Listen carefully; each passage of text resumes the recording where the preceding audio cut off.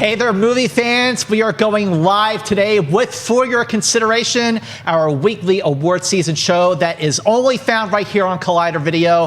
Why are we live? Because this morning we had a biggie. We had the Golden Globe nominations, and this is what the show is all about. My colleagues, my co-pilots, my very good friends, people that I love and respect, Perri Nemiroff, Jeff Sneider. We are going to be talking about the nominations, but first, breaking news. Breaking news, ladies and gentlemen. Forget about the Golden Globe nominations. This is really, really important. So there's this website called Gold Derby where award season pundits weigh in and they predict ahead of time who's going to get nominated, who's going to win.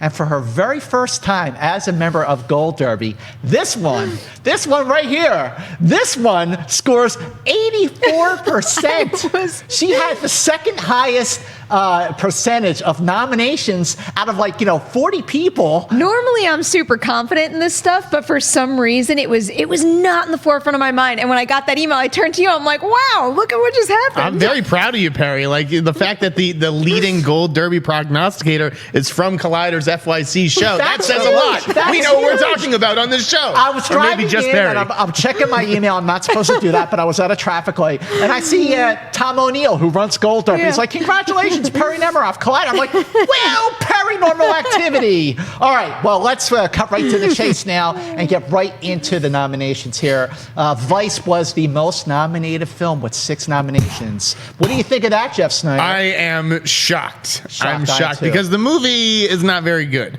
Although I can see, the fact that it got 3 acting nominations plus McKay for writing and directing plus a picture nom, it adds up. But I'll just put it this way: the fact that drama and comedy is split up at the Globes, that's what helped this. Because I do not expect all those nominations to happen. Tara, what'd you think? I liked Vice a lot more than you did, and we're going to do a review soon, so you can look out for that. I was surprised that Vice wound up being the movie above all of these others to get the most nominations. I was sure, considering the Hollywood Foreign Press Association's habits, that it was going to be A Star Is Born and Mary Poppins, but instead of all movies, it's Vice, and really it was Sam Rockwell of all people that tipped the scale for me. Yeah, that was a big over surprise, Sam Elliott. We'll get to that category, that Okay. supporting actor. But just to be clear, it is worth mentioning, and I think this is very, very, very important.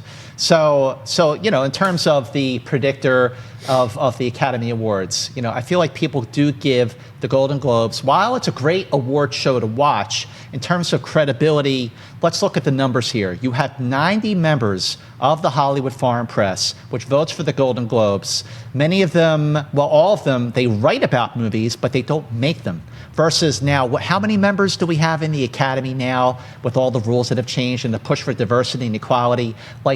9,000 members of the Academy. And these are people who make the movies themselves. So you're comparing apples to oranges. The other thing about the Golden Globes is they divide the bigger categories between drama and musical or comedy. So what that gives them is a big edge. They have 10 chances to predict 5 Oscar nominees. So is it really a bellwether? Is it really a predictor? I don't know, but it's still fun to look at, so, Yeah, absolutely. I mean, this is probably the next best thing if you're an actor to actually winning an Oscar, right? Or do you think if you're I was going to say a SAG award. Yeah, it's less so about the nominations to me in terms of how this could affect the Oscar race, and it's more about the actual win and the speech you give, because, we're judging these movies based on the quality of the movie, the quality of the performance, quality of the cinematography, you name it. Yep. But when people are up there and they give powerful speeches, it puts the spotlight on a specific individual or a movie, and that's what this is all about. That's what award campaigns are all about, getting these movies out there. Come Golden Globe ceremony night, that's going to be a great opportunity to do that. It allows them to try on certain narratives, Yeah, that's true. And it's January 6th is when the Golden Globes will air. And, if you're going to compare apples to apples in terms of award show, the Golden Globes award show versus the Academy Awards award show, I think the Golden Globes award show is a lot more fun to watch. Absolutely. And plus you get the best of both worlds, which has always been the number one sort of appeal of the Golden Globes, is film and TV television and coming film together. I mean, I can't fault any of these Best Picture nominees. I think that the HFPA exercised pretty good taste and judgment this year. There's nothing embarrassing like The Tourist, right? Well, or The that's Martian true. and that was in really comedy. Like, good point. Yeah, there's a lot of head scratchers typically, but this year there really wasn't. Well, let's get into it. So, Best Picture Drama. You have Black Panther, Black Klansman, If Beale Street Could Talk, A Star Is Born, not First Man, not Roma, which we'll get into that, but the movie that I was surprised about here that took a Best Picture nomination was Bohemian Rhapsody. Not because I don't like the film, but because everyone was saying Rami Malek, Rami Malek, Rami Malek. They weren't saying the film, they were saying him. And now you have a Golden Globe nomination for Best Picture Drama. Perri. This doesn't surprise me with this organization. I do not think this is going to go on to become a Best Picture nomination for those reasons. I think Rami Malek is going to continue to get all the attention. There was just not enough love for that movie. Obviously, at the box office there was, but critically, not so much. Agree. So I don't think we're going to be having the same conversation come Oscar nomination time. First Man being left out, I can't say it was all that surprising to me. I kind of saw this coming for a little while now. If I could maybe squeeze one more movie into this category, because the problem is right now, I don't want to take any of these 5 nominations out. I am so thrilled with this list. Good. I wanted to see Can You Ever Forgive Me get additional love beyond Melissa McCarthy and Richard E. Grant. I am sad that there's no women in the directing category this year. I want Marielle Heller and the script as well with Nicole Hlofsner. I think somebody else worked on that with her as well. But I wanted it to get recognition in those departments, and it didn't. Okay, Jeff.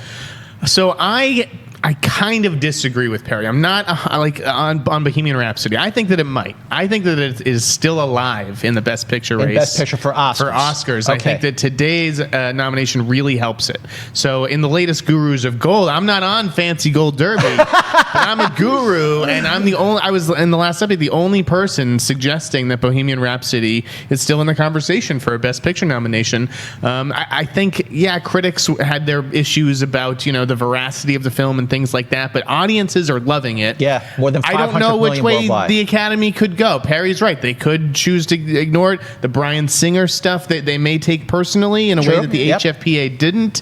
But the movie was good. The movie was good. So I think it's in here on its own merits. Well, I agree with you on that, and I also agree with you, Perri. Not surprised about First Man not getting nominated. Of course, I wanted it to because I do love the movie, but it just lost a lot of steam after those early festivals. Is this the nail in the coffin, though, Scott? What's that? Is this the nail in the coffin for that movie? Because I would have thought that the Globes would go for that movie, and if the Globes aren't, then geez, how is the Academy going to? Well, it's worth pointing out, too, that when we say, let's say Vice totaled 6 nominations, this is a ceremony that gives out no technical awards, or at least close to none. There's 2 song ones, which is why Vice didn't have any of that stuff. We don't have cinematography here. We don't have visual effects. Certain categories where First Man seems like a lock to me still, even with the reception overall. I wouldn't look at it as a nail in the coffin, but it does again, because I don't think the Globes in terms of influence the Oscars have as much merit as a lot of people give it credit for. But there might be people in the Academy who are looking at the nominations this morning who are starting to think about their own nominations, saying, where's First Man? Yeah, where's First? Yeah, I guess Justin really got nominated, worthy. Right? What's that? Justin got nominated for a Globe. Justin got what was the other nomination? Was it Claire Foy or who? Claire Foy. 2 of them. But listen, the fact that it did not get nominated, either way, it's not good for First Man. Okay, so now there has been a lot of talk, and we have to clear the air on why the sort of real front runner this whole award season, or at least that's certainly what the Netflix wants you to believe. Why wasn't Roma even eligible to be nominated for Best Picture Drama? The reason for that is because it was submitted for Best Foreign Film, where it was nominated. And the Golden Globe rules are that if you submit in foreign film, you are not eligible to get nominated in Best Picture. So it's not a snub. I guess the issue is more with Netflix, and why did they submit it for foreign language and not Best Picture? They should have submitted it for Best Picture Drama. Why didn't they? I mean, who knows? Why didn't they? Maybe they just thought. If I was going to guess, maybe they'd rather win one. Right. Win one than just get nominated and get passed over. It's 6 of one, half dozen of the other. But there was a reason why Roma was not there, and this was the reason. Moving on to Best Motion Picture, Musical or Comedy, you got Crazy Rich Asians, not a surprise. The Favorite, not a surprise. Green Book, not a surprise. surprise. Mary Poppins Returns, not a surprise. And Vice, not a surprise. Here's the thing about Vice. So it got nominated for 6 Golden Globes. And I liked the film a lot. I know you didn't. And I know a lot of people who didn't. And I understand that a lot of people in the HFPA, the Hollywood Foreign Press Association, there are people who didn't love the film and are waiting for the embargo to drop so they could post their reviews, which are not going to be favorable. So how the F did it get nominated? Well, here's the thing. What movie did it take the place of? You know what I mean? Like, what's the film that's on the outside looking in? 8th Grade. That's really that's enough. The only one looking at this list of 5. I mean, this seems like a pretty obvious list to me. The only other one I thought had a chance of getting in here was 8th Grade, especially with the Elsie Fisher nomination. Well, the Elsie Fisher nomination was great, and I thought that's talk about the little movie that she got in there with all these heavyweights. But yeah, in terms of snubs or surprises, it would have been great to see 8th Grade get nominated. Not surprised that Vice got nominated, but I'm just curious to see how the reviews are going to affect the Oscar chances for Vice. I think 8th Grade is still in the Oscar conversation too. Like the Academy is more likely to reward these smaller films, whereas the Globes always go for the bigger movie. Now, let me see here. So Melissa McCarthy was nominated for Best Actress Drama, so that would have taken that. There's no way that Can You Ever Forgive Me would have been nominated for Best Picture Comedy because it was technically submitted as drama. Right. Okay. All right. Well, so no surprises, no real snubs in Best Picture Comedy or Musical. Moving on to Best Director, Bradley Cooper for A Star Is Born, Alfonso Cuarón for Roma, Peter Farrelly for Green Book, Spike Lee for Black Klansman, Adam McKay for Vice. We got a surprise here and a bunch of snubs. Any surprises stick out in your mind, Jeff? I mean, to me, Peter Farrelly is not a surprise because Green Book is one of the best movies I've seen all year. It was a surprise that the pundits have been sort of writing him off as if this movie directed itself. Exactly. And there is nothing flashy about his direction like with Roma or A Star Is Born or Black Klansman. You can't you're not watching the movie thinking, oh, this is clearly a Peter Farrelly movie. Right. But he does a bang up job. I absolutely think he deserves to be in the top 5, and I wasn't surprised to see that they recognized that. Perri. Yeah, I'm happy to hear that too because there's nothing flashy about it, but it's still coverage is still important, especially when I think about how he captured all the car conversations. It was done in such a way that basically put you in the car with them, which is very important. But I think, the glaring omission here is one that you're pretty sensitive about, and it's Damien Chazelle. Okay, but the thing about Peter Farrelly is this. I agree with you both completely. He absolutely deserves to be nominated for his Best Director. The movie doesn't have all the bells and whistles of something like A First Man or even A Star Is Born, but it's so straightforward. It's refreshing in how straightforward it is, and it does a seamless and an organic job of balancing heart, humor, and drama that it looks like it was easy to make. And we all know that movies are not easy to make. So while I'm not surprised that Peter Farrelly got nominated for Best Director, he wasn't, like you said, Jeff, he wasn't really being mentioned, pushed as a director like the movie directed itself. Right. It's a Best Picture contender, but Farrelly's name was not mentioned. Right. And fortunately, I'm happy to see that the Globes did nominate him because he deserves it, and he's back in that conversation. This is where I think the Golden Globes will have an impact, is now Farrelly's name is mentioned as a director, not just for Best Picture. Yeah. Lots of snubs here. Go with yours. More snubs. So Damien Chazelle, I've already mentioned. I've already mentioned Marielle Heller, which is disappointing because we have 5 nominees here and not a single lady on the list. The other one I would say is probably Barry Jenkins, another surprise. And to throw out yet another one, especially with all the love Black Panther got, it's just, as you list up all those categories, you think it would be heading towards a Ryan Coogler nomination, and then it didn't. But the list of 5 here, I mean, it's a great list. They're great. What do you take out?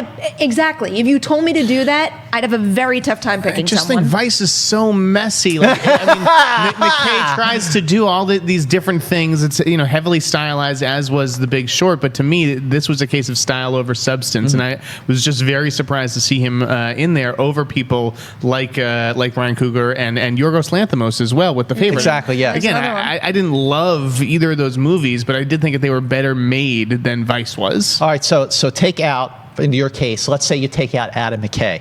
Who do you put in? Who would you put in if you were voting? Pretend.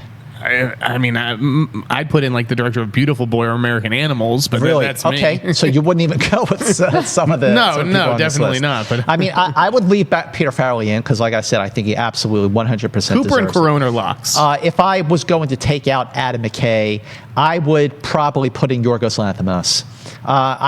The more I've seen The Favorite, over the Damien? more I love over Damien. Yeah. I mean, I would. You know, I just feel Favorite is just intoxicating. It is. Every single time I put it on, I am sucked back in and I can't turn it off. I have watched that movie too many times.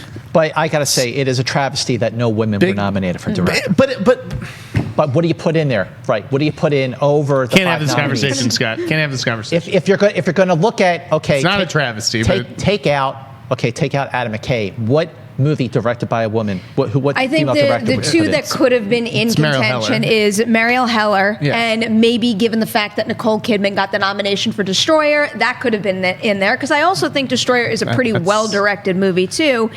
You know, we were talking about this a little bit before. You were, and how hard it is to talk about it in a public forum. How you can only talk about it with your friends, because now I look like the asshole. No. All five of these individuals are deserving. They've all made incredible movies and are excellent at their craft. It just, this kind of conversation opens the door up to a bigger issue other than just being acknowledged at an award ceremony, which is we're having this conversation, and even with that extra group of people, we're still only naming 2 female directors, which could speak to the issue of female directors not getting enough opportunities, which is why we're here. Absolutely. Well, good, excellent point. I would actually throw in Tamara Jenkins, who directed. I still need to see Private Life. So it's on Netflix. I know. Right at the tip of your fingers. Listen, it is on the list. If you check my blog, it is on the coming soon, and it is coming soon. Yes. I loved what Marielle Heller did with Can You Ever Forgive Me? I thought she did a really good job. I just can't say it's a travesty that she was overlooked. That's all. I don't think it's a travesty. Is that in general, like, female directors are that there is a massive inequality in the gender. They need to get more opportunities, as Perri said. Yes, absolutely. That's the point I was trying to make here. Let's move on to Best Actress Drama. You have Glenn Close for The Wife, Lady Gaga, A Star Is Born, Nicole Kidman for Destroyer, Perri shaking her head, Melissa McCarthy, Can You Ever Forgive Me, and talk about a big, fat, massive boost for Private War, Rosamund Pike. Yes, let's give it up for Rosamund Pike. Yeah. Very, very, very happy to see that she was nominated. She absolutely deserves it. You know, the surprise here is that she wasn't being mentioned enough. The movie, it's not really making enough of a dent in the exposure of the box office, and her name was not bandied about. Except by me. Except by you. And listen, absolutely deserves it. So, what do you think of this one, Perri? The head shake wasn't for anything negative. It was just because I think hearing Nicole Kidman's name and Rosamund Pike's name in this category came as such a nice surprise, because when it came to Nicole Kidman in particular, I think she had a tougher time in both this category and in Best Supporting, but she had her better chance in Best Supporting for Boy Erased. So the fact that she wound up with this one, it is kind of a pleasant surprise to me, because it is a true transformative performance where it isn't just about her, looking different than she normally looks. I mean, every ounce of her is that character, and that character is such a heart-wrenching extreme. That's a performance that is seared in my brain for the rest of my life. There are obviously other individuals that I think it's unfortunate that they're not in here, and the one that stands out to me is from Roma, Yalitza Aparicio. Yeah. I was a little surprised she wasn't in here, and also, in my little bit of research that I did in terms of predicting things, I thought that Vox Lux might have gotten a little love from that's a movie. I can't wait to talk didn't. about that one. I can't not wait to talk about that in movie review talk. I agree with you about Yalitza, especially because this is the Hollywood Foreign Press. This is a foreign film. It's her first time she's ever acted, and she doesn't even after the last 3 months of getting all the attention she's been getting for Roma, she still doesn't consider herself an actor. I don't know, maybe that had something to do with it. Like, maybe people say, well, she's not really an actress. I think it's the foreign language ghetto. I think once you go to the foreign language thing, you're kind of out of sight, out of mind for all the other big awards. I mean, Cuarón got a director nomination, but that's undeniable, frankly. Yeah, for sure. But yeah, I think that again, if Netflix had submitted it not for foreign language but for Best Picture, maybe she would have gotten a nomination. I'm delighted for Rosamund Pike here. I came in here on the show after going to the premiere of that film, and I was like, man, she goes for it like no one else I've seen this year. Yep. She really is excellent. I'm so glad that the HFPA honored that one. Nicole Kidman's great too. I love all these nominees. In addition to Yalitza, I think the big one that people are talking about today is Viola Davis for Widows. Personally, I would have loved to have seen Carey Mulligan for Wildlife. I thought she was excellent in that movie. But this category, out of all the categories that we're talking about this season, I think has had the biggest embarrassment of riches. I think it's been the most competitive category in Best Actress. It was a great year for female leads. Yeah, usually it's Best Actor is the competitive one. That's the tough thing. You can only honor 5, so there's going to be a bunch of good ones on the outside looking in. All right, Julia Roberts, Ben is back. Is that a snub, or is that yes? Yeah, I liked her in the film. I thought the movie itself, it felt like a TV movie that was elevated by the performances of Lucas Hedges and Julia Roberts. And Julia Roberts has not had a meaty, juicy role like this, I'm going to say, since Erin Brockovich. I watched it the other night. I thought it was great. Yeah, the movie is very good, but she's great. Yes. She should have been nominated. Okay, moving on to Best Actor Drama. Bradley Cooper, Stars Born. Willem Dafoe, At Eternity's Gate. Yes. Lucas Hedges for Boy Erased. Rami Malek, Bohemian Rhapsody, and yes, John David Washington for BlacKkKlansman. 2 good surprise nominees here. Lucas Hedges, another actor who up to this point had not been talked about for lead actor. I felt like Boy Erased was getting forgotten. And then John David Washington, people have been talking about Spike Lee, they've been talking about Adam Driver, not enough about John David Washington. So 2 good additions here. Perri, what do you think of these noms? I will agree. Most of them were pretty predictable. I mean, Bradley Cooper is the major frontrunner in this category. I would be shocked if he lost this award. Rami Malek, we've had, I think Bradley Cooper is the runaway favorite here. The runaway over Rami? I also think the same thing with Lady Gaga. I think the Hollywood Foreign Press Association is going for that. They're dying to get Lady Gaga up on stage. Are you kidding me? The president of the HFPA is cutting off their right arm right now to get Gaga up there. I really do think they're far away the favorite. But when they were announcing these and Lucas Hedges' name was called and then John David Washington, just the grin on my face was so big. You know how much BlacKkKlansman has just continued to grow on me more and more and more. And every single time I watch it, it's such a stylized piece, but there's also such nuance in both John David Washington's performance and Adam Driver's performance, and I think that's why it's got such a rewatchable quality to me, is because every single time I see it, I discover new little details, and I really appreciate that. Yeah, I'm glad. I've loved BlacKkKlansman from the beginning. I was sort of disheartened that John David Washington wasn't getting mentioned enough specifically, individually in the acting. You're shaking your head, Jeff. Why? I'm 100% against you guys. This was the whoa crazy nomination for me today. I just don't think he was all that special. I don't think anybody left BlacKkKlansman talking about him in terms of awards or just the performance. Everybody was talking about Adam Driver. Look at who was left out: Robert Redford, Steve Carell, Hugh Jackman, Ethan Hawke. Like, these guys were better than John David Washington, and no one can tell me otherwise. Sorry. Well, Robert Redford was nominated for Best Actor Comedy, so he's in there. What? Sorry, buddy What? boy. Sorry to disappoint you. That's a comedy? The Old Man and the Gun? That's a whole different conversation. That's a whole I didn't even Old see Man and the that. Gun is a comedy, but Can You Ever Forgive Me is a drama. Ethan Hawke, Steve Carell, and Hugh Jackman on the outside for John David Washington. I don't know about that. Well, I thought, I don't know if that's a snub at this point, because again, this movie has sort of been falling off the radar. Ryan Gosling not nominated for First Man, but another actor who's been getting nominations and awards from critics groups is Ethan Hawke for First Reformed. Seems the HFPA did not dig that movie. In fact, that film was snubbed completely. First Reformed. Other movies shut out: The Hate U Give, Hereditary, nothing for my girl Toni Collette. Mary Quinn is Scott's, not surprised. Private Life, and Widows, like you said, nothing for Viola Davis. But I was happy to see that Lucas Hedges got nominated, even though that movie's sort of been forgotten. I'm with you on John David Washington, not you. But still, I'm going to disagree with you, Perri, about the front runner for this category. Okay. That people may see A Star Is Born as the better film, but Rami is the better actor. I'm going with Rami Malek, Freddie Mercury, Bohemian Rhapsody, lead actor drama. A point I respect, but put yourself in the HFPA shoes. Okay, I'm doing that now. And reassess. Try to predict where their minds will go. And And I think it's only one direction. But wait, Perri. I was not surprised to see Rami Malek nominated for Best Actor.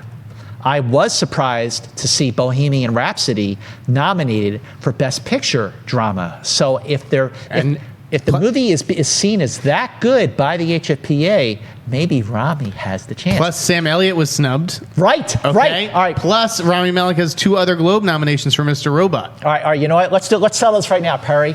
I will bet you $5. $5 whole dollars. $5. I'm going to say Rami Malek. Witness. Okay. Deal. That's a good deal, Perri. Yes. That's a good deal. $5. I like that. Jeff is the witness, and you are witnesses. I wish I had gotten Golden Globes.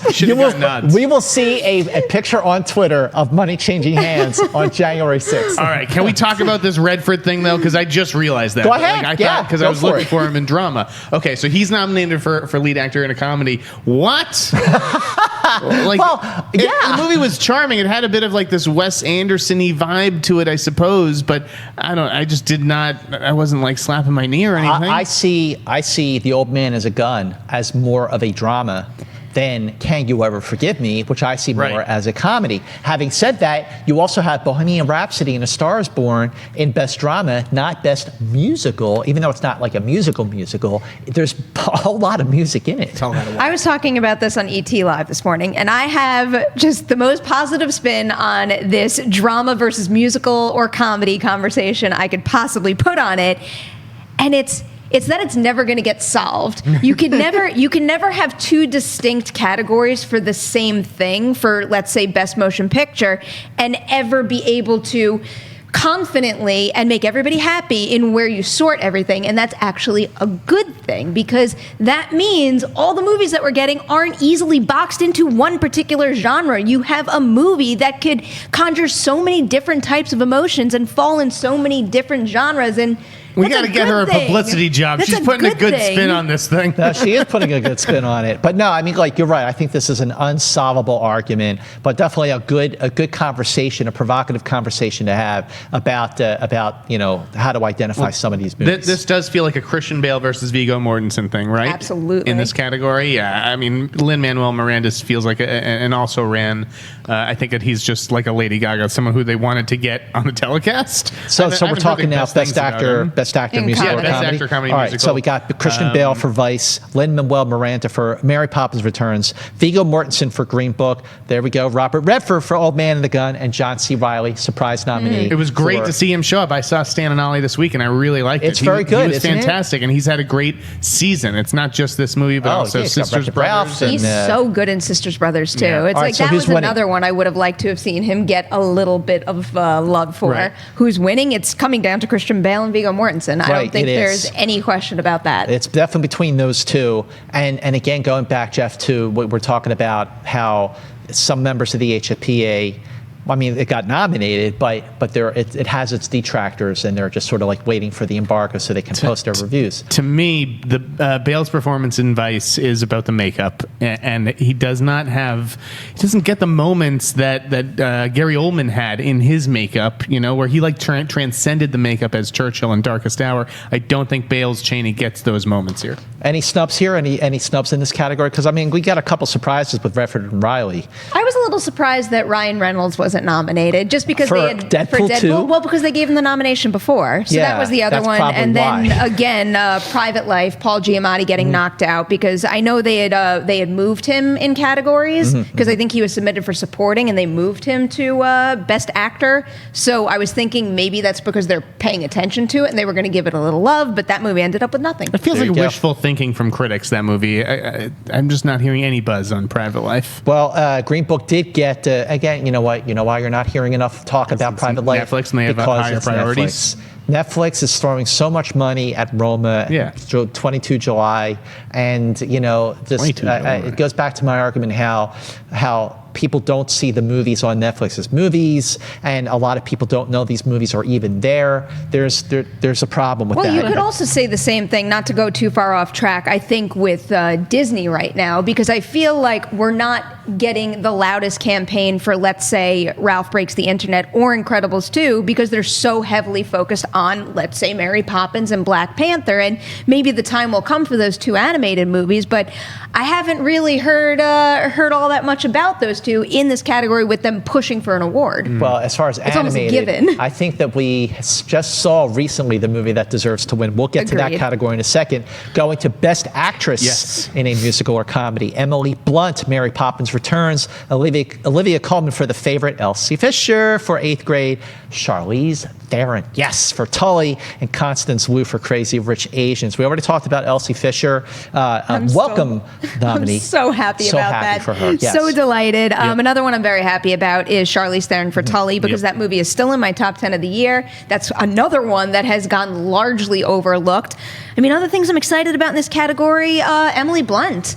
Even, no matter how much, I'm not surprised by any means. I knew they were going to go for her, but even though that was an obvious play for them, just the thought of her being recognized for how that's a really tough role to kind of put on your shoulders and to carry on after that. And she is so good in that movie, where I'm trying to sidestep around a full review here, but no matter how you feel about the entire movie, I think the quality of Emily Blunt's work in it is just undeniable. And between that and A Quiet Place this year in particular, not that I needed this reminder, but she can do anything. She can do in my anything. book. She can do drama. She can do comedy. She can sing. She can dance. She can do action. I mean, hello, Sicario and Edge of Tomorrow. She's everything, all that, and a bag of chips. But definitely, and the thing about her, and this is sidestepping a full review, Emily Blunt.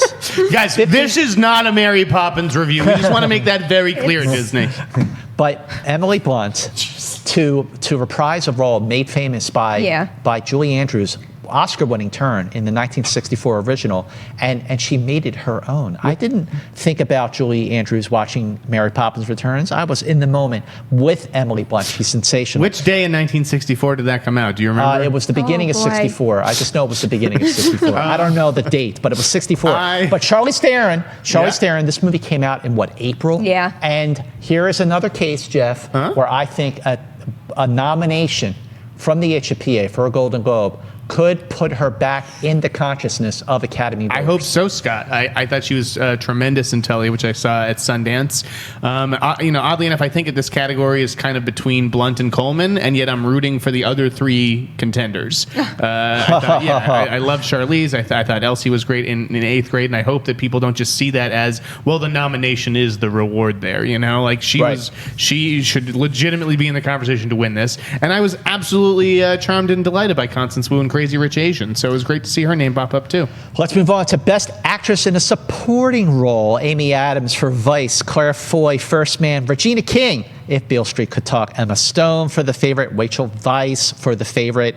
I am totally down with these 5 nominees, but lots of snubs in this category. Perri, what do you think? I don't think there's all that many snubs. I mean, really, the only one that I would consider to be pushed out of this conversation, or also because the definition of a snub isn't necessarily something you think should be in there. It's something that felt like a lock and then it winds up not being That's a snub. Is Nicole Kidman, but we already discussed that with Destroyer and her nomination there.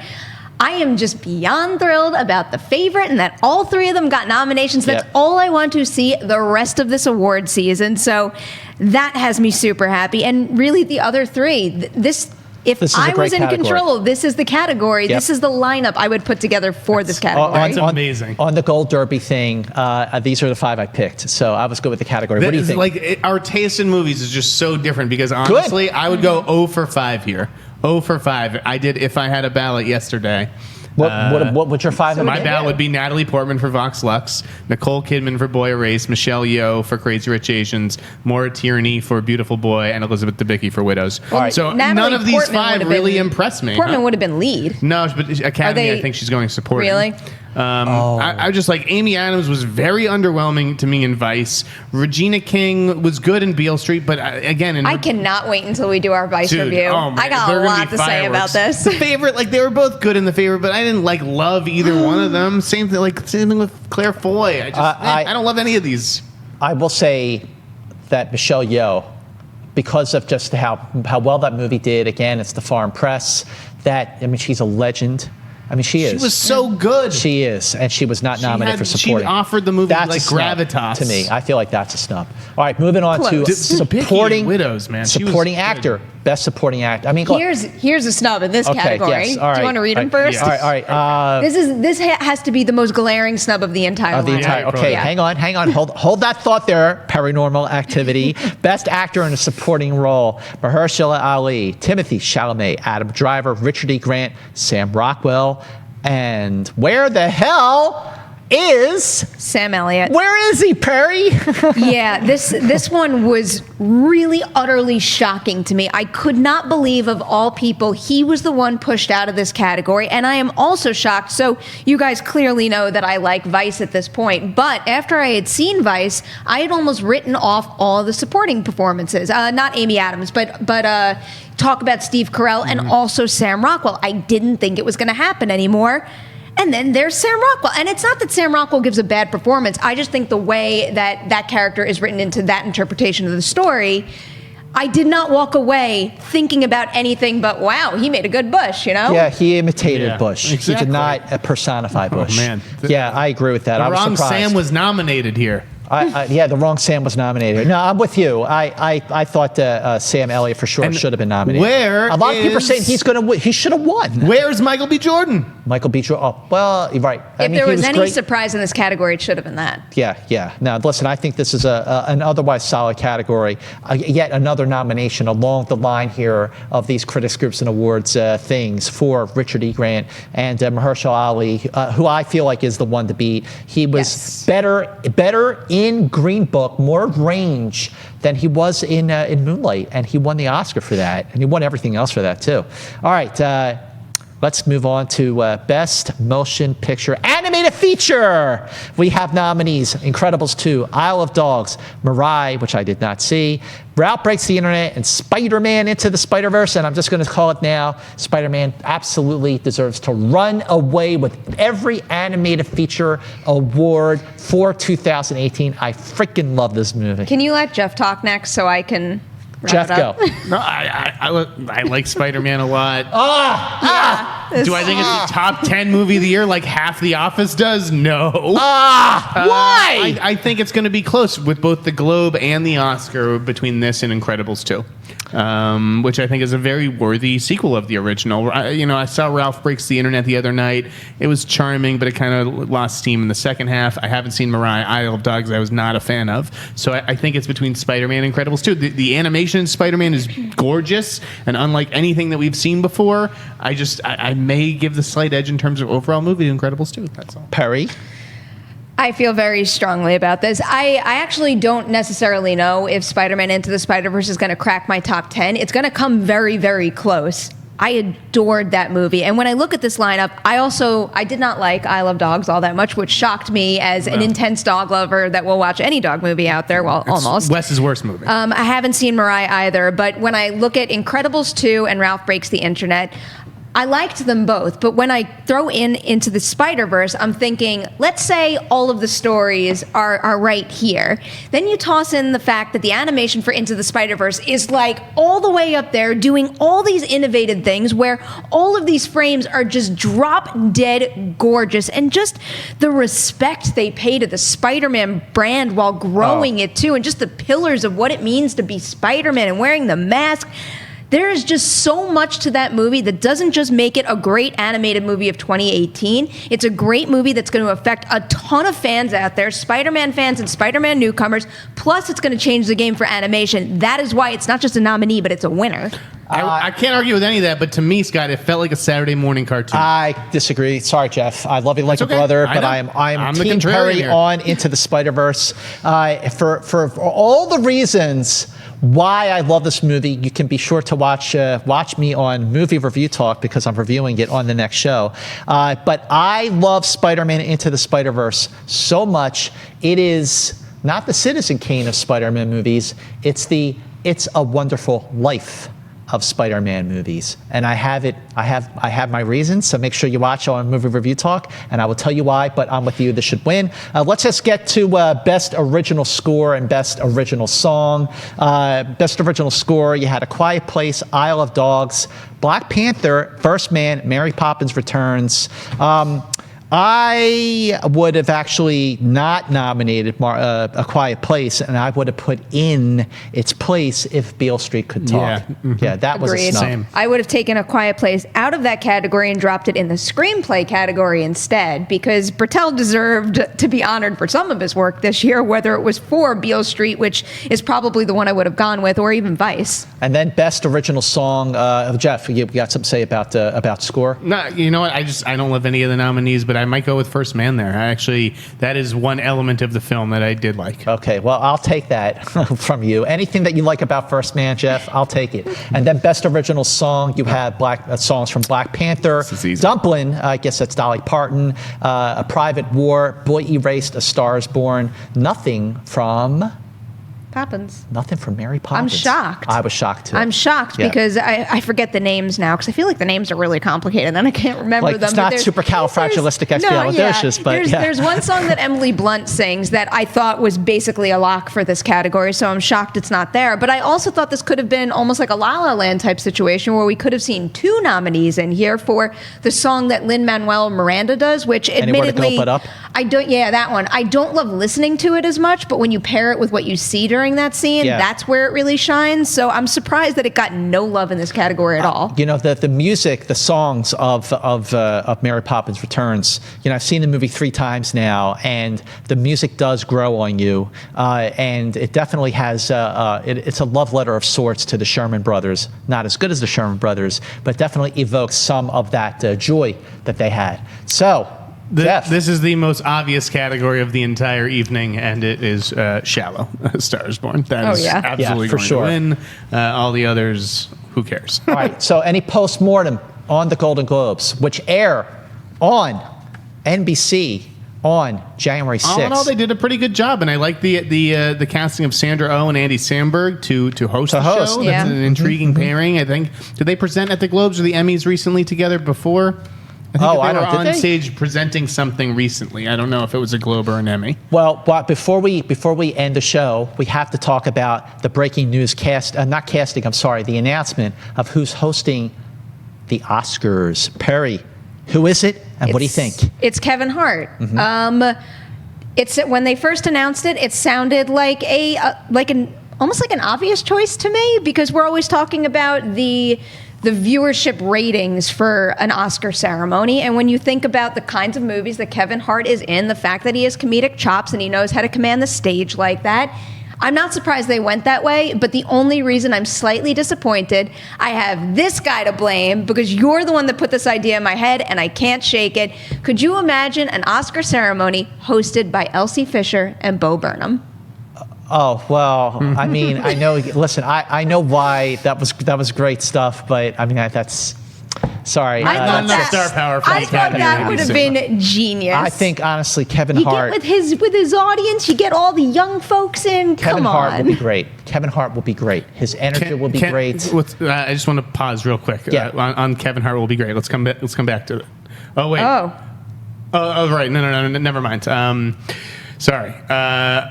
Okay, Kevin Hart will be great. I did want to take a pause on it because we were talking about something else and we got sidetracked, but never mind. Kevin Hart, fantastic choice for the host. Yes, I completely agree. Yes. Yeah, they're absolutely huge. Yes. All right, listen, that brings us to a close. For your consideration. Oh, this was fun. This is exactly what the show was all about. Like really like debating the nominees, you know. And I'm just going to say, okay, real fast. Winner. What movie is going to win Best Picture Drama? What movie is going to win Best Picture Drama? we've already settled this. Didn't we make our bet on this? No. We decided something else. We decided. What did we decide? Oh no. We decided. Board versus we bet. Yeah, $5. What's that? Bradley and Rami Malek. No. It was Rami Malek and Bradley that's Cooper. what we bet on. Okay, but this Best Picture drama. Picture. Listen, there's no question here. I think it's obvious. A Star is Born for Best Picture drama, and Best Picture musical or comedy is Jeff. I gotta go with Green Book. I'm going with Green Book. Perri. That's a tough. You think? The gun is to your head, Perri. Think it's Vice? Pick. Think the Pick, favorite? Perri. No. All right, I'm going Green Book. All right, Green Book it is. What were you deciding between? Wait, I need to know. I was starting to weigh in Mary Poppins. Oh, okay. No. I know. I mean, if I'm playing to win, it's Green Book. Okay, there you go. There you have it, ladies and gentlemen. There you have it. What a fun for your consideration show this was here on Collider Video. Make sure you hit us up on our Twitter handles. I'm Movie Mantz. You're at P. Nemiroff. And he's I think I'm at the Sneider. You are at the Sneider. Make sure you hit us up on Twitter. Let us know what you thought of the nominations, our commentary on these nominations. Please share our show. Please share for your consideration with everyone. Please share the podcast version with everyone. Comment and review. Make sure you comment below on the YouTube, but be nice. Please be nice. It's always about being respectful, respectfully disagreeing if you do disagree. And ladies and gentlemen, wow, cannot wait for the next episode of Collider for your consideration, because we're going to have more awards nominations to weigh in on. Some critics groups are going to pick their winners, and we are going to choose another category to cover, and we're going to do it all in 45 minutes. That's next time on Colliders for your consideration. Until then, FY, see you later. Hey everybody, Mark Ellis here. Thanks for watching this episode. You want to watch more? Then click up here, or you can click right here for more great content from Collider. If you haven't subscribed to Collider Video, do so right now and share this vid with your friends. Thanks for watching.